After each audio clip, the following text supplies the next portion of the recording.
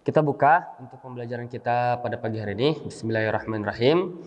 Assalamualaikum warahmatullahi wabarakatuh. Alhamdulillahirabbil alamin wa bihi nasta'in ala umuri dunya waddin wa ala alihi wa sahbihi ajmain amma ba'd. Rabbi israh li sadri wa yassir li amri wahlul 'uqdatam min lisani yafqahu qawli bi rahmatika arhamar rahimin. Semoga kita selalu dalam keadaan sehat walafiat. Amin ya Allah ya rabbal alamin. Seperti biasa, sebelum kita belajar, mari kita berdoa terlebih dahulu, memohon kepada Allah Subhanahu wa taala. Semuanya ikuti Ustadz.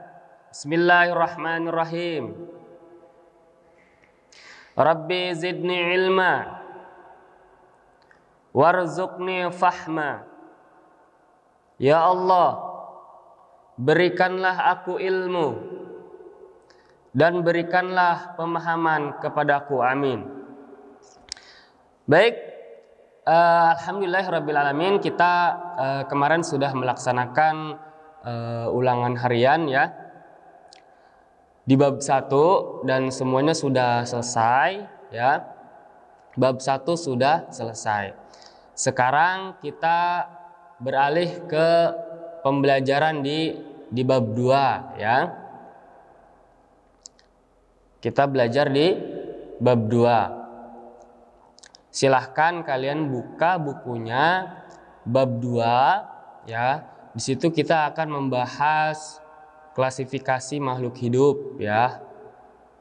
Kita akan membahas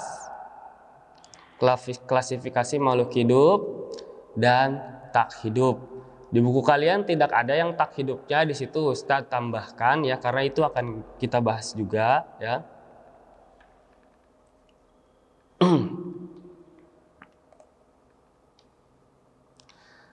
Nah, yang akan kita bahas pertama ya, itu kita akan bahas benda ya. Silahkan buka bukunya, cari di situ ada benda ya. Klasifikasi benda di lingkungan sekitar.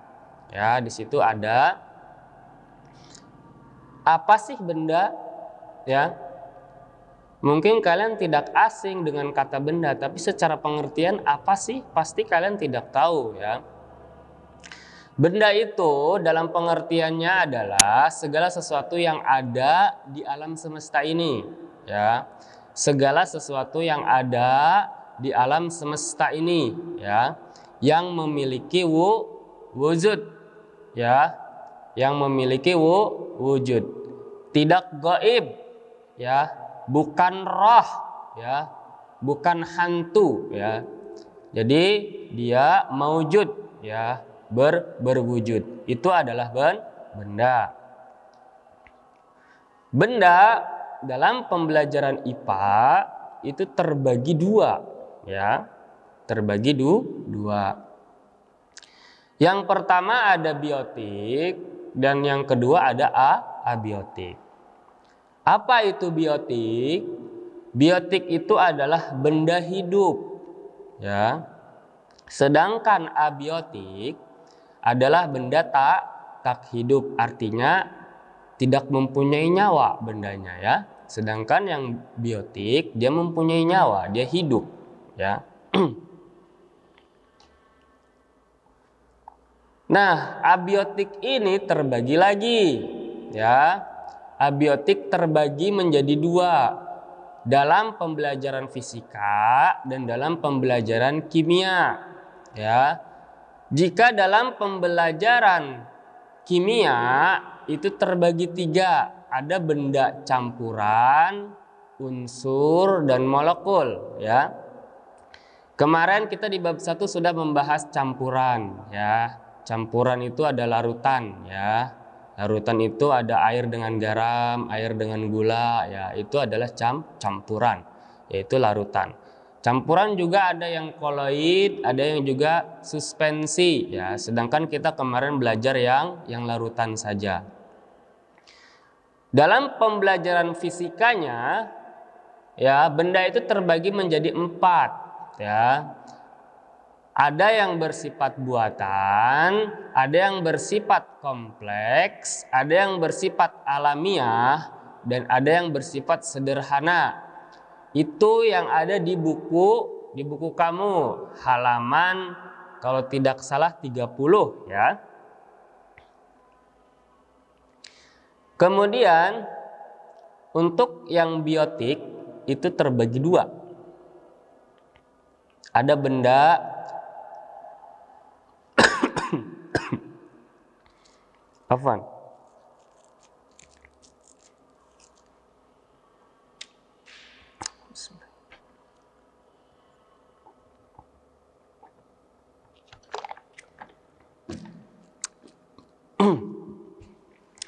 Untuk yang biotik itu berada di pembelajaran biologi ya, yaitu makhluk hidup. Nah, ini yang akan kita bahas adalah dua, yaitu fisika dan juga biologinya ya. Ini semua kalian catat ya. Apalagi dari pengertian benda itu sendiri itu kalian catat. Insya Allah nanti di ulangan harian yang kedua akan keluar ya. Nah, kita bahas yang bersifat alamiah ya. Kita bahas dari yang fisika, benda yang bersifat alamiah. Mungkin kalian pernah melihat kelapa tua atau daun kering ya, atau arang kayu ya bekas dibakar ya, atau ada kayu yang hanyut di air, di sungai ya. Nah, itu semua adalah contoh-contoh dari benda alamiah ya. Kita lihat pengertiannya. Tadi benda itu adalah sesuatu yang memiliki wujud ya, memiliki wujud ya, benda yang memiliki wujud di alam semesta ini. Memiliki wujud atau bentuk. Nah, ini benda ya. Dia memiliki wujud, bisa kita lihat, bisa kita raba, bisa kita terawang. Nah, ya, ini benda. Nah, benda alami itu apa? Benda alami adalah benda yang tersedia di alam atau yang disediakan oleh alam. Contoh tadi rumput ya, bukan rumput, maksudnya daun kering ya, atau rumput yang kering ya, yang sudah mati. Itu menjadi benda. Kemudian yang sudah pasti kalian bisa temukan adalah batu, tanah, angin ya. Itu semua adalah benda-benda alam. Nah, benda alam itu bisa dimanfaatkan oleh kita ya. Banyak sekali manfaatnya sesuai dengan peruntukannya. Kemudian yang kedua adalah benda yang bersifat buatan. Benda yang bersifat buatan adalah benda yang dibuat oleh manusia ya. Karena di muka bumi ini makhluk yang mendominasi, yang menguasai dunia itu adalah manusia. Karena di dalam Al-Quran juga disebutkan bahwa manusia adalah sebaik-baiknya ciptaan Allah. Dia memiliki akal ya, dan dia memiliki indera ya. Yang membedakan kita dengan binatang adalah kita memiliki akal ya. Maka manusia dapat menciptakan dapat membuat benda-benda, suatu benda ya. Contohnya cuka, air cuka ya, kecap, alkohol, pulpen ya, bahkan pulpen, pensil, kulkas, TV, mobil. Itu adalah benda-benda yang diracik atau yang dibuat oleh manusia ya.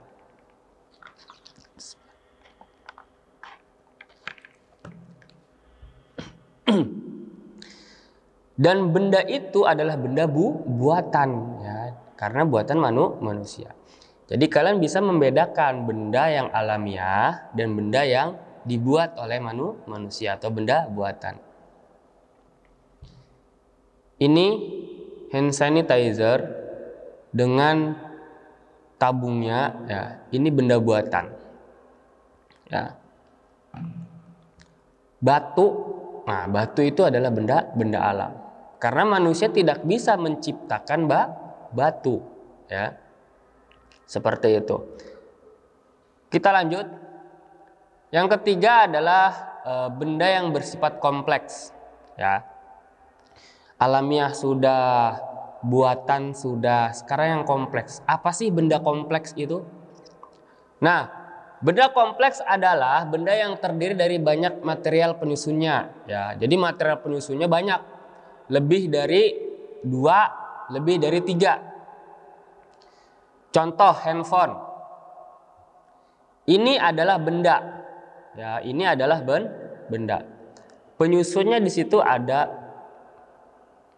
kaca. Ya, untuk LCD-nya.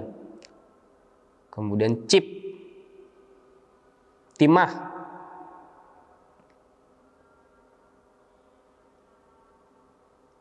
Ini benda yang kompleks.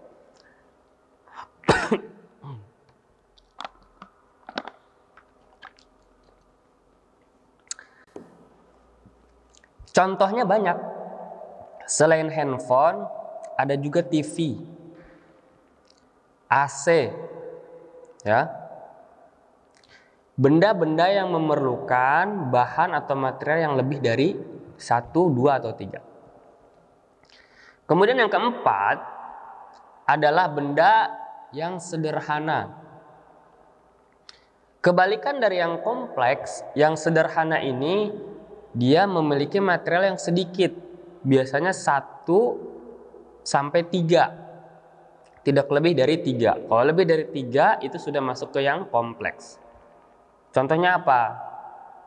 Bakul, pisau, palu, kertas, pensil. Ini sederhana. Karena hanya materialnya adalah kayu dan serbuk, ya, yang dipadatkan, ya. Jadilah pensil. Kita lanjut. Yang fisika 4 sudah kita bahas, ya. Sekarang kita cari atau kita bahas yang kimianya. Yang pertama itu adalah benda unsur. Benda unsur adalah zat murni yang tidak dapat diuraikan lagi menjadi zat yang lebih sederhana, ya. Contohnya apa? Emas, perak, besi, ya. Semua itu tidak bisa diuraikan atau tidak bisa dipecah lagi. Kalau contohnya air, ya. Air itu bukan unsur. Kenapa? Karena air itu bisa dipecah lagi. Didinginkan, padat, bisa jadi es. Dipanaskan, menguap, ya. Itu bukan unsur.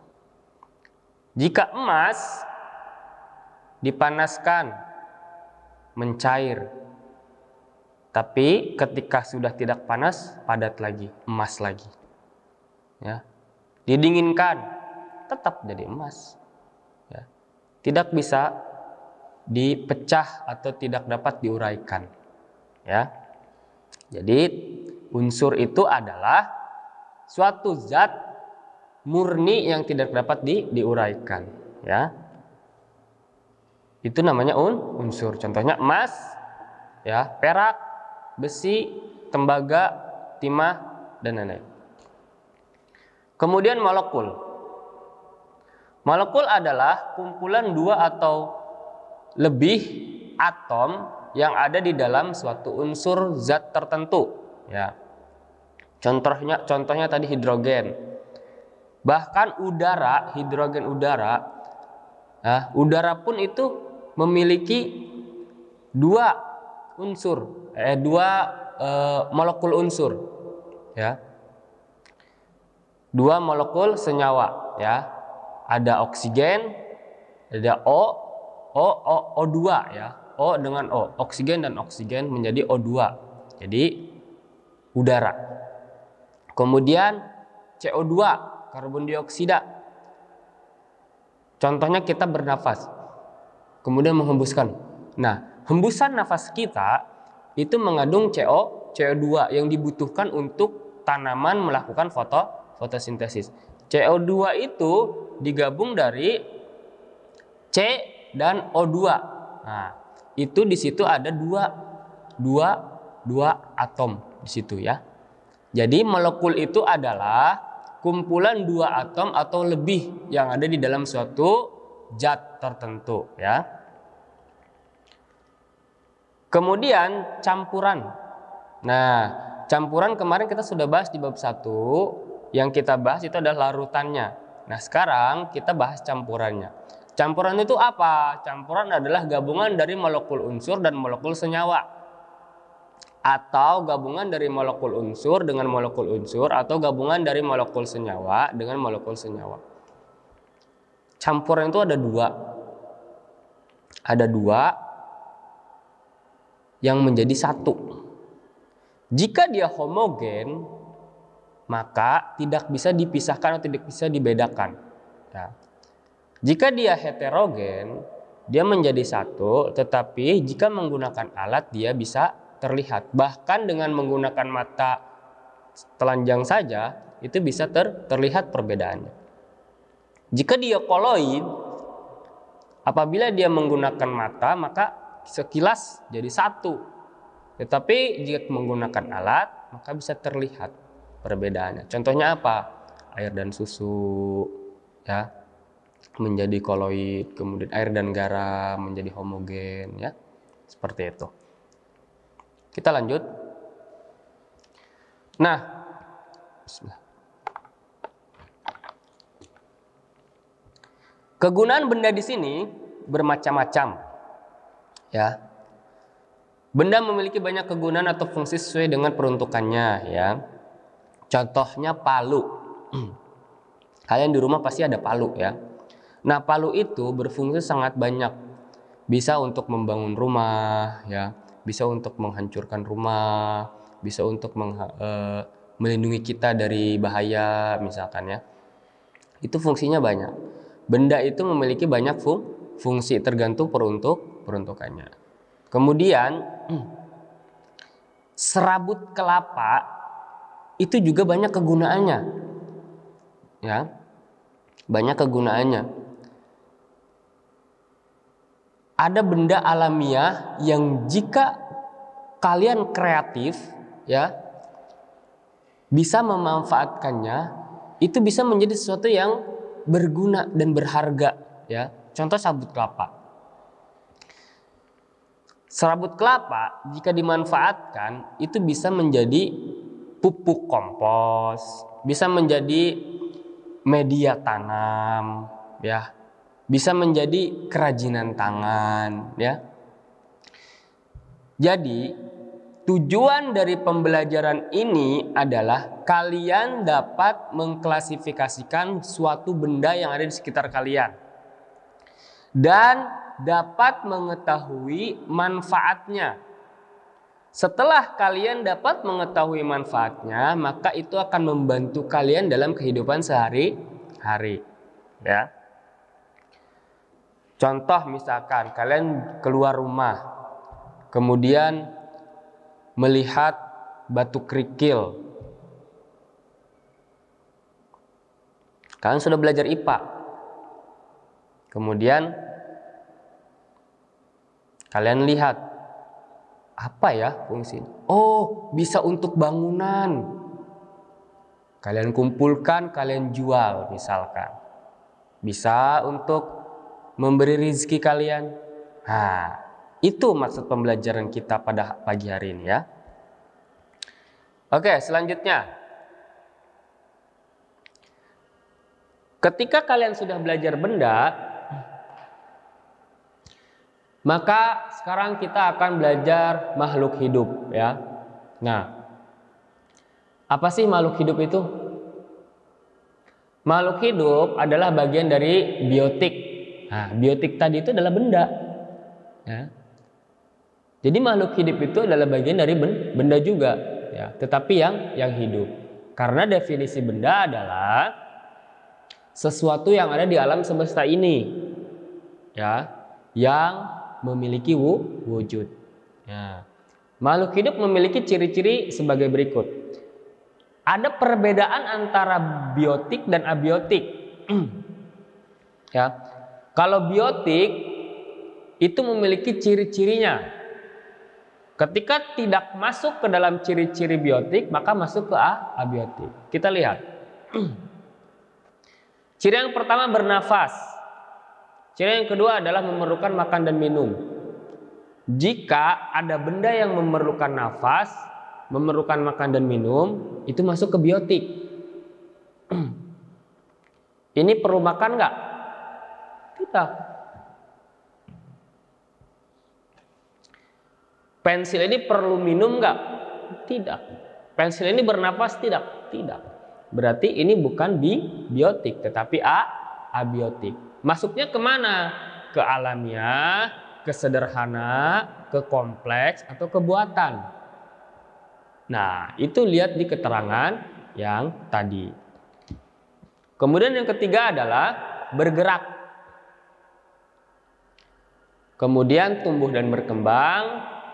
Kemudian melakukan reproduksi. Kemudian peka terhadap rangsangan. Dan yang terakhir, menyesuaikan diri terhadap lingkungan. Kita bahas satu-satu. Bernafas.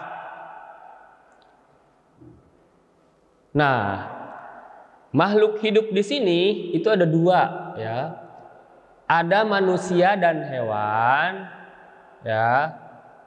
Dan ada tumbuhan, ya. Kita lihat di sini.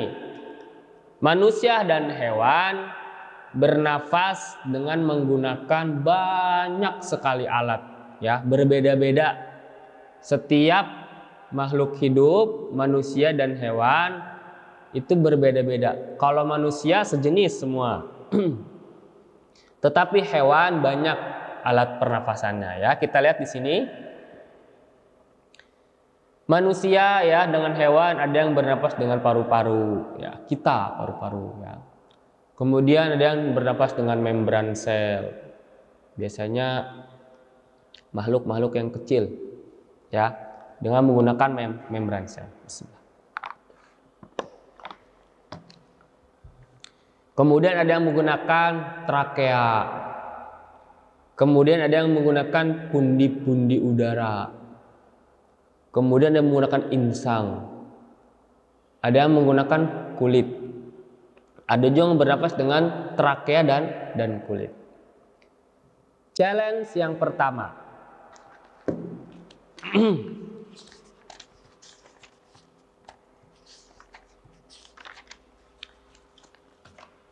Bisa ambil 5 orang.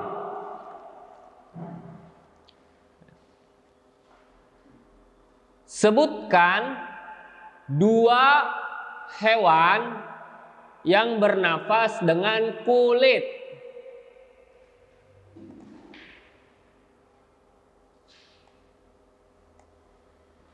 Fadhal. Haris.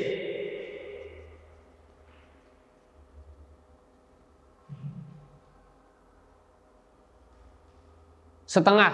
Haris setengah.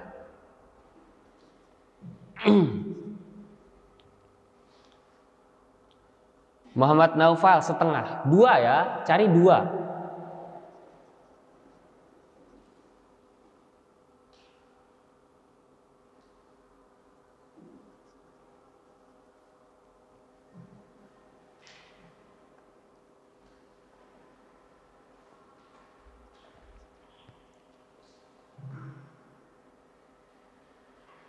Jihad.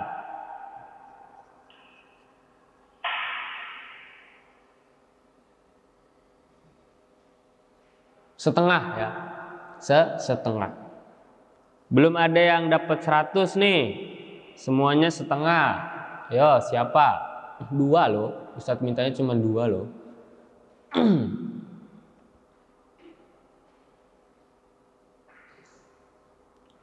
Fadil Amin setengah.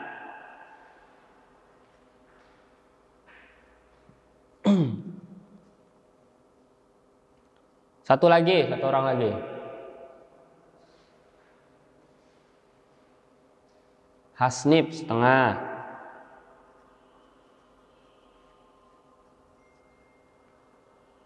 Dah 5. Kita lihat ke belakang, ke bawah. Apakah ada yang benar dua-duanya?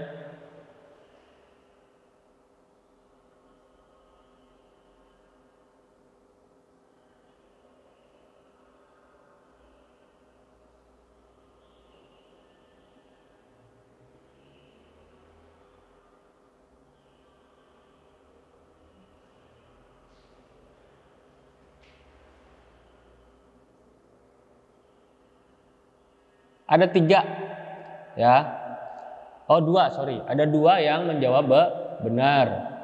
Yang pertama adalah mana tadi ketutup? Naufal Aziz, kita catat ya. Ada Naufal Aziz ya. Benar, Naufal Aziz ya. Jawabannya adalah cacing dan katak ya. Jawabannya benar. Kemudian satu lagi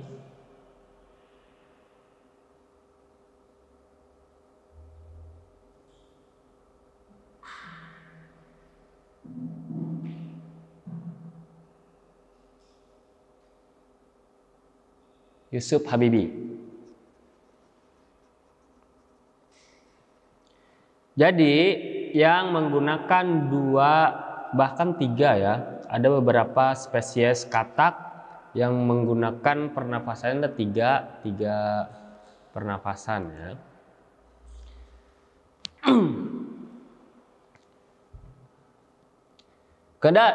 Kita sudah bahas yang makhluk hidup untuk manusia dan hewan, alat pernapasannya ya. Sekarang kita yang bahas yang tumbuhan. Nah, tumbuhan ini bernafasnya banyak juga ya, dan pernafasannya itu menggunakan stomata, kemudian lentisel, rambut akar, dan akar gantung ya. Jadi itu adalah alat pernapasan untuk tumbuhan. Nah mungkin kalian di Google nanti setelah pembelajaran ini lihat stomata itu seperti apa sih. Kalian searching stomata, oh seperti ini. Jika kalian berada di pesantren ya, kita akan melakukan praktek ya dengan menggunakan mikroskop ya, melihat bentuk stomata yang real ya. Kita ambil salah satu daun, kita sayat, kemudian kita lihat dengan mikroskop ya. Tetapi karena kendala, maka kalian bisa lihat di internet ya, melalui Google ya. Yang kedua, memerlukan makan dan minum ya. Kita semua pahami ya bahwa makhluk hidup itu perlu makan dan minum. Untuk manusia dan hewan itu makannya dengan menggunakan mulutnya ya. Mulutnya, kemudian ada juga yang makan menggunakan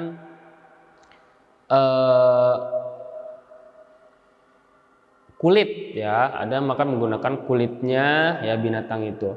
Sedangkan untuk tumbuhan, semua rata-rata tumbuhan itu makannya menggunakan proses fotosintesis ya, dengan memerlukan 3 material: klorofil atau hijau daun, cahaya matahari, dan yang terakhir adalah CO2.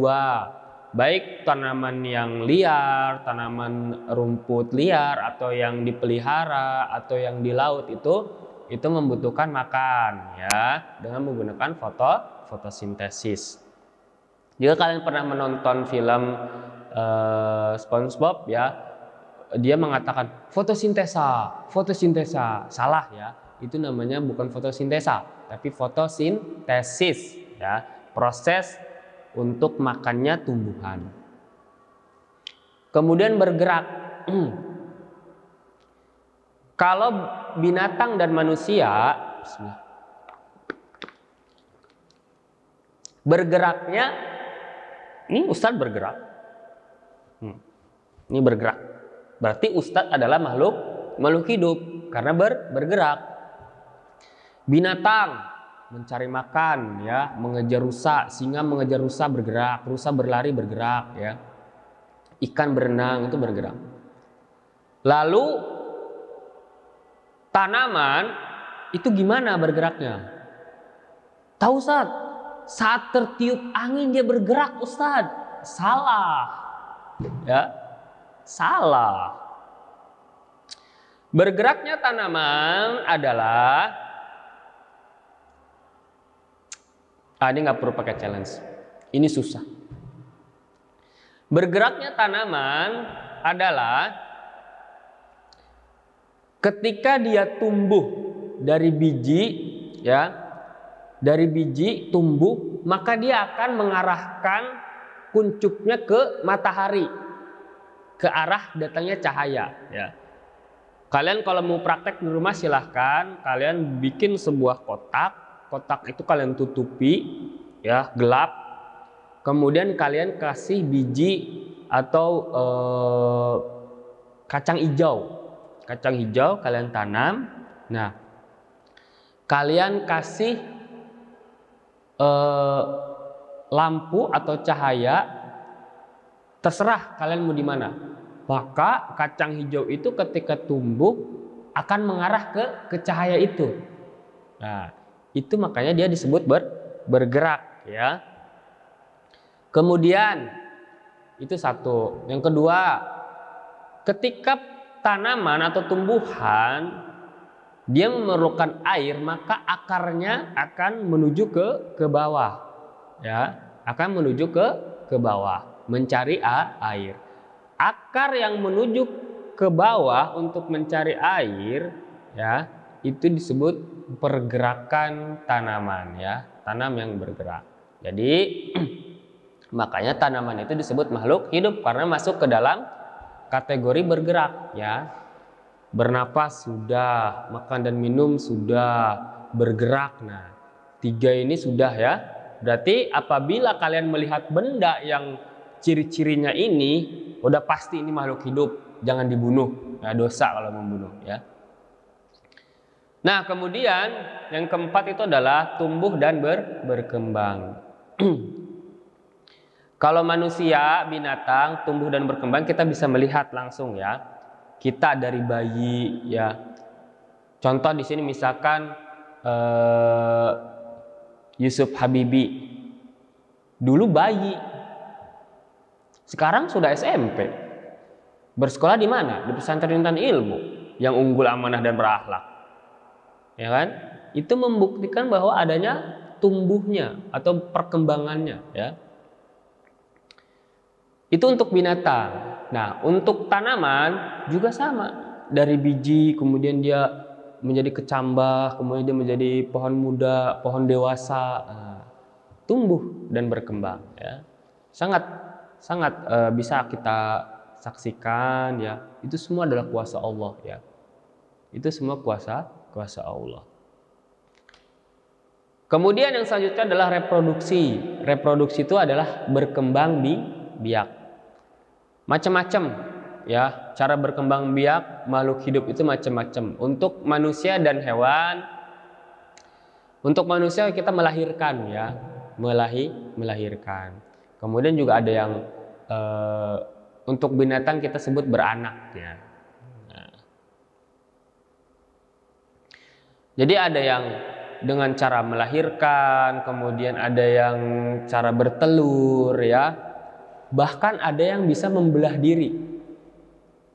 Tadinya seperti ini, kemudian membelah diri dia, jadi 2. Ini hidup, ini hidup. Challenge yang ketiga. Binatang apa yang reproduksinya dengan cara membelah diri. Ayo. Dengan cara membelah diri. Ayo, binatang apa?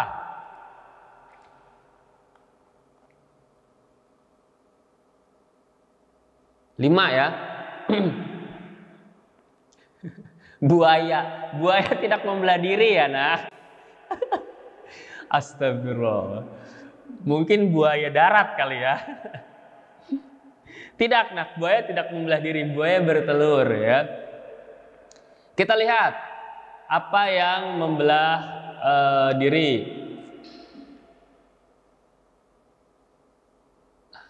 Erwan Nur, oke.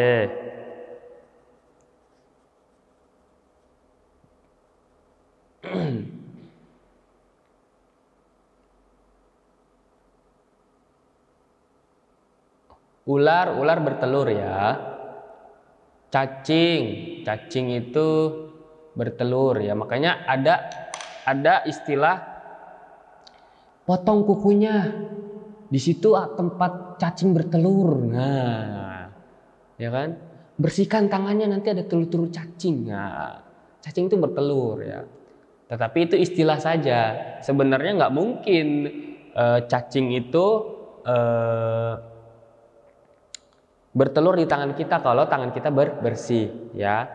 Karena telur cacing itu lumayan rada besar, ketika kita ada di tangan bisa terlihat ya. Tetapi kalau tangan kita memang tidak dibersihkan, kotor ya, maka tidak terlihat, akan bersembunyi di sela-sela kuku ya. Buaya. Bukan ya, buaya bertelur ya, Nak. Faraz ya, akela, naam, betul ya.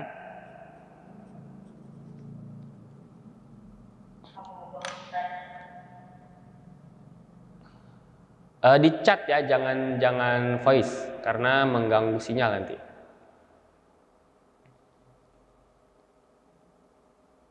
Tolong yang di bawah-bawah jawabannya harus beda dari yang atas ya. Kalau sama Ustadz anggap tidak sah.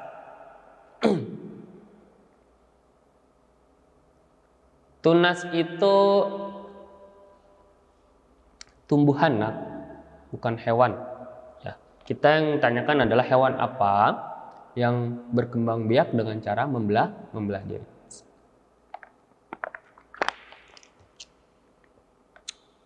Bintang apa? Bintang kejora. Cicak bertelur ya. Makanya ada yang namanya makanan telur cicak. Mungkin kalian belum tahu ya. Ada makanan namanya telur cicak. Oke, cuman 2 orang ya pada ini challenge yang kedua ini. Yang benar adalah Erwan Nur dan Akela ya. Jawabannya adalah amuba dan juga bintang laut ya. Bintang laut Patrick ya, dia membelah diri. Cara reproduksinya. Kita percepat ya pembelajaran kita. Selanjutnya adalah peka terhadap rangsangan. Yang reproduksi yang tumbuhan belum kita bahas. Nah, reproduksi atau berkembang biak tumbuhan itu dengan cara ada yang tunas ya, tadi sudah disebutkan. Ada yang tunas, ada yang menggunakan biji, ada yang menggunakan buah, ada yang menggunakan stek, ada yang menggunakan umbi, ada yang menggunakan daun, dan juga ada yang menggunakan akar ya. Nah, banyak macamnya. Kalian bisa cari di Google, apa sih yang menggunakan biji? Nah, kayak kacang hijau tadi ya. Apa sih yang menggunakan buah? Ya, mangga, buah. Biji juga sih sebenarnya. Kemudian umbi ya, yang menggunakan umbi itu apa, kayak palawija ya, kayak lengkuas atau kayak bengkoang atau bawang atau